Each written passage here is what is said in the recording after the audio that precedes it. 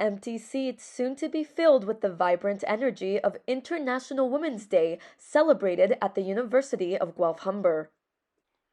As guests, speakers, and coordinators grab their cookies and beverages, they unite as the Guelph-Humber community, gearing up to listen to a panel of inspiring women.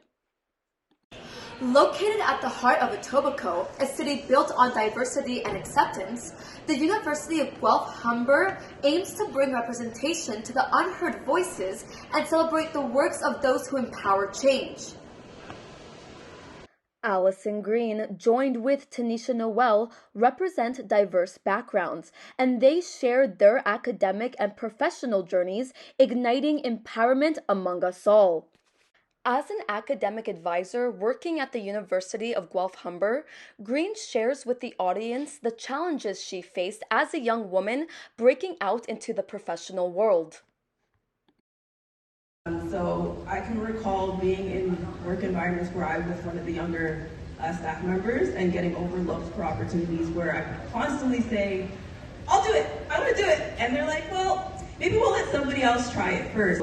I think age was a big factor. Maybe it was also experience, which was kind of a challenge, but I kind of used it as an opportunity to put myself out there and advocate for myself in any opportunity that I wanted to do. Noelle, a professional leader for social justice, talks about her own pathway breaking through the professional world.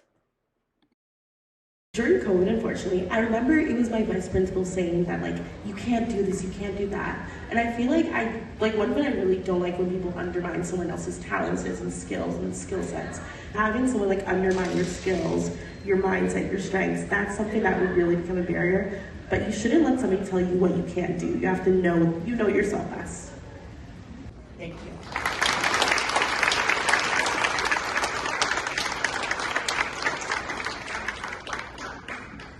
As guests learn more about Green's and Noelle's inspiring stories in empowering women through education and work, we interviewed one of the guests, Nicholas Matina, on the importance of celebrating International Women's Day.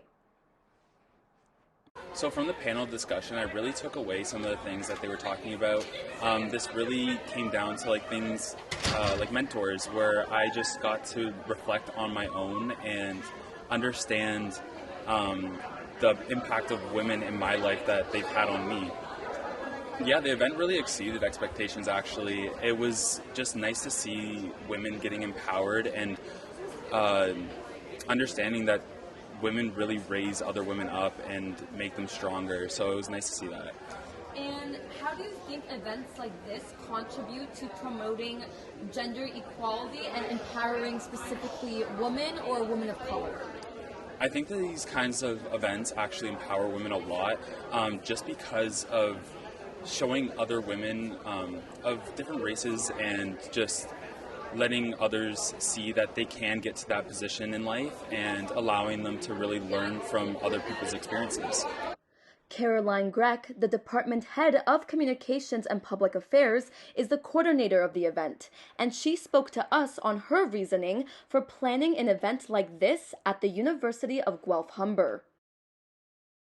Part of the intention of what we were wanting to do with this event is recognize people that may be working in the background sometimes. They're not the loudest people. They're not always getting all the accreditation and credit and recognition, and we wanted to make sure that everyone in our community saw how amazing they were. What I would like to say too, I was very pleased today to see so many of our male colleagues here, because it is an event for everyone, and it's not just a women's event, it's for everyone, and we just wanted to hear their stories and hear a little bit about what they do every day to make Guelph-Humber better.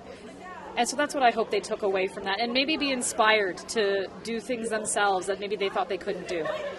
When speaking to the women who participated in this event, we got a behind-the-scenes interview with Green on why she felt the need to be involved in a celebration such as International Women's Day.